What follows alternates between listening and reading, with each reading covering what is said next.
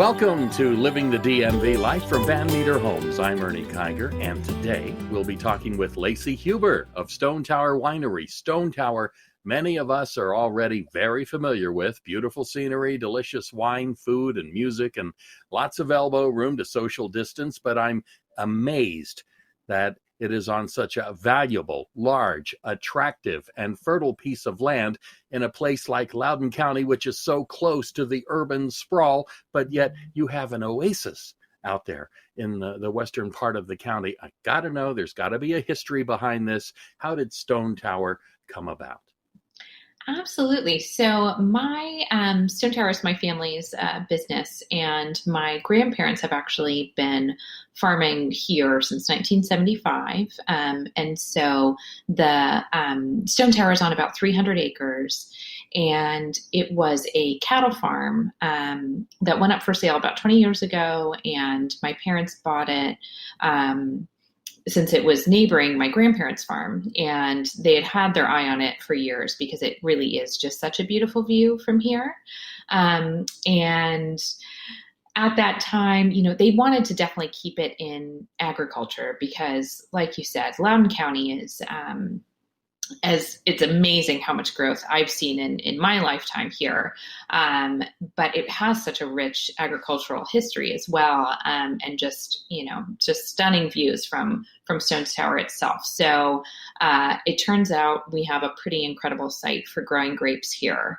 And so by doing that, we're able to both create an agricultural product, but it's one that we can share with people and invite them onto the property and be able to host our community and be a space that everybody can come out to enjoy. So it's a total joy for us to be able to do that.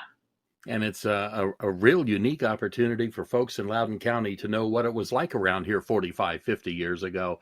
I often, in the course of my duties selling homes to someone from out of the area, will relate the fact that I was at Dulles Airport the day JFK dedicated it back in 1963. Oh, wow. This was before there was a Beltway, before there was a Reston, and Dulles sat out here for 25 years rusting because no one wanted to use it because no one lived out here. And then finally they invent the internet and everybody's coming because we have a big airport, cheap land, and we're close to the number one customer of the internet just down the road. And so everything is being built up except for your neck of the woods over there. And it is an extraordinary get away from it all that's not too far away, actually. What's going on now? How are you dealing with the pandemic? How's business? Yeah, so like so many other small businesses, and especially those in hospitality, the past 6 months have been incredibly challenging. We have learned so much in this time, and really we're coming through it now with a lot more knowledge about how to best serve our guests, safely, and make sure that we're able to provide a really great guest experience while, keeping everyone safe. Because that's really the number one thing. We're all going to come through this as long as we have our health. So that's really our number one priority. But it's so it's been a challenge. But at this point, we've gotten the tasting rooms down to a pretty good science of how to host folks safely, and also provide an outlet to come and relax and kind of forget about things for a little bit, which is really, really nice. And then we also have, for folks who feel safer at home still, we are able to do our curbside pickup and do some more sales through our website. So we can make sure we get Stone Tower wine to you, even if you're not feeling up to coming out to the property. It's pretty obvious to any visitor to Stone Tower that this place is still very much a working farm. There are grapevines all over. How much of the wine there is actually made there, harvested there? Yeah, for sure. So we, like I said, we're on 300 acres. So far, we have about 85 acres planted to vineyards, and we plan to grow that to about 100 acres in total. So this year, we'll produce close to 12,000 cases of wines from the estate. So that's about 200 tons of fruit. So that's quite a few grapes here. And we'll make about probably 12 to 14 different wines from that. So yeah, the vast majority of the wine that you would drink here at Stone Tower is made all on site here as well. From planting to production and then into your glass, it's all right here. Based on my research, the history of wine in Virginia actually goes all the way back to Jamestown in the early 1600s. And there have been a lot of experimentations over the years, but in the last few decades, it seems like Virginia wine is really, really starting to take off. Where do we stand now, quality impact wise, compared to the rest? Virginia. Yeah, absolutely. So really, the best wines in the world have a true sense of place.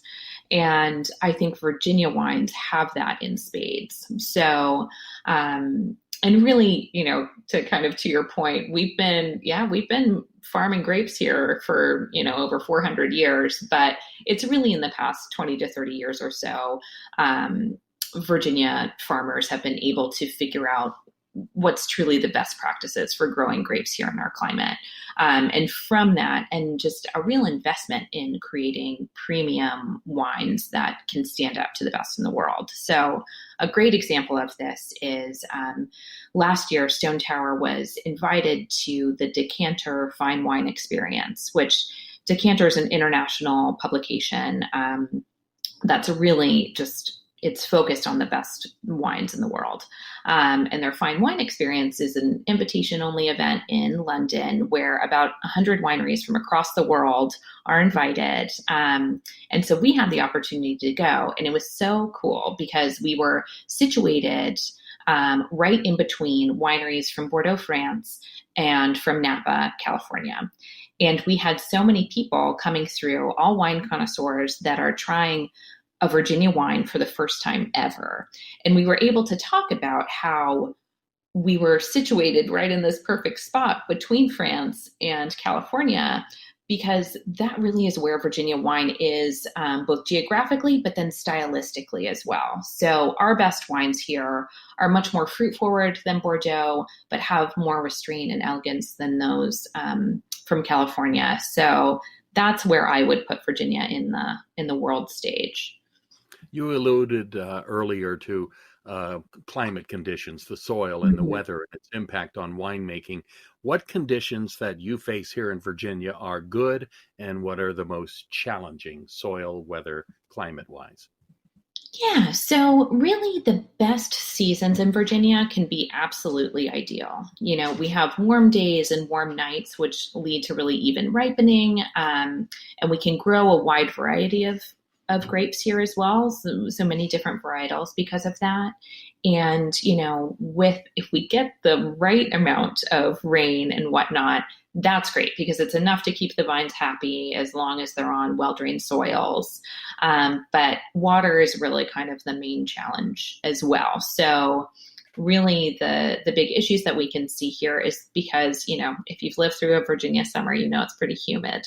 So that can cause some issues with the grapes. But thankfully, at least here right at Stone Tower's property, when we bought it, the cattle farm was named Windswept Hill Farm. So we're really lucky in that microclimate is that it's super windy up here, which helps wick the moisture away. And keep the grapes healthy. And then our other kind of tricky thing where it really depends on the year is during harvest time. So right now we're in it. So it's September, October. Sometimes you can start as early as like late August is when we're harvesting the grapes. So that only happens once a year, and we're just, kind of dancing with the weather throughout it. So when we can get big hurricanes and, major rain events, that can be really tricky. But so we just gotta keep it all hands on deck and ready to go for harvest and make those picking decisions. But yeah. One thing that seems to be a thing among the winemaking industry, I toured Napa Valley about a decade ago, and it seemed like every place I went, they had their own little special corkscrew they wanted you to buy, and of course the different Mhm. wine glasses. I got to note, they still seem to come up with corkscrews every year. That is, a better mousetrap. But the wine glass, does that really matter at all? Some will insist that it does.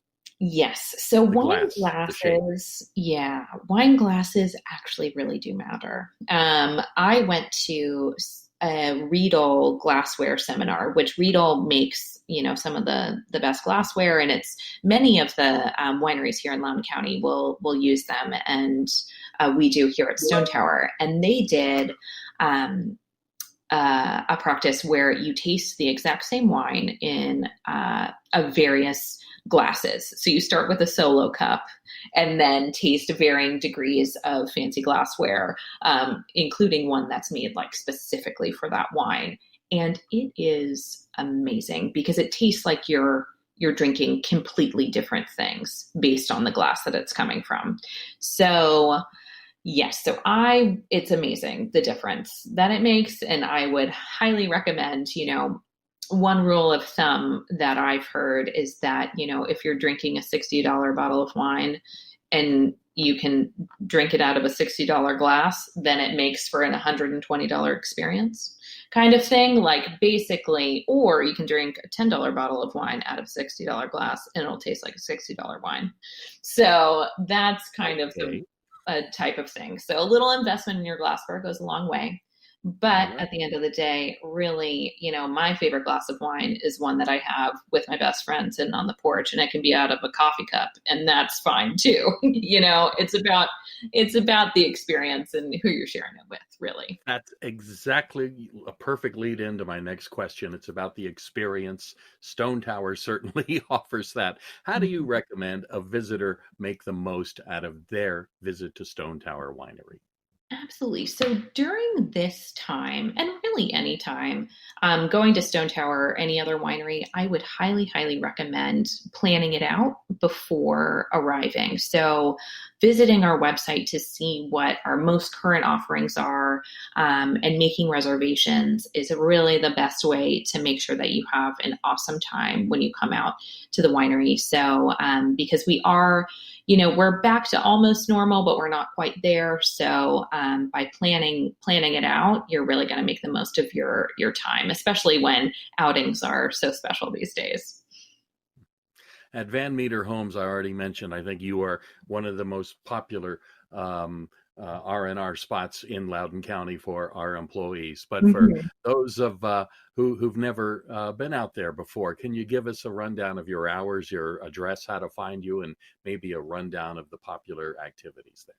Yeah, for sure. So, what makes Stone Tower pretty special is that we actually have two different tasting rooms on the property that both have, interior tasting rooms, but then big outdoor spaces as well. So, our Harvest Barn tasting room is open Friday through Sunday from 11 to 6. And there, you don't need reservations as long as you're coming out with a group of six or fewer. Right now, the Tower View tasting room is operating as our members area. So we've got an awesome wine club here, that, if you like the property and you like the wines, it's kind of a no-brainer to join. And so there we're doing reservations, and that's open Thursday through Monday from 11 to 6. We also have some really cool like vineyard hikes and some different tasting options as well that you can make reservations for. So highly recommend those. We're located just south of the town of Leesburg off of Route 15 on Hogback Mountain Road. Um, and I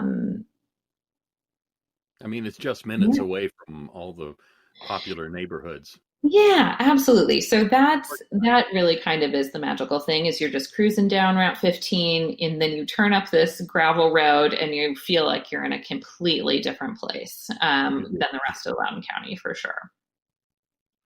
Lacey, thank you so very much for spending a little bit of time today. It's Stone Tower Winery, one of the garden spots of Loudoun County, as well as I should say, a great spot of refreshment and relaxation. Thank you so very much for being with us today. Thank you. This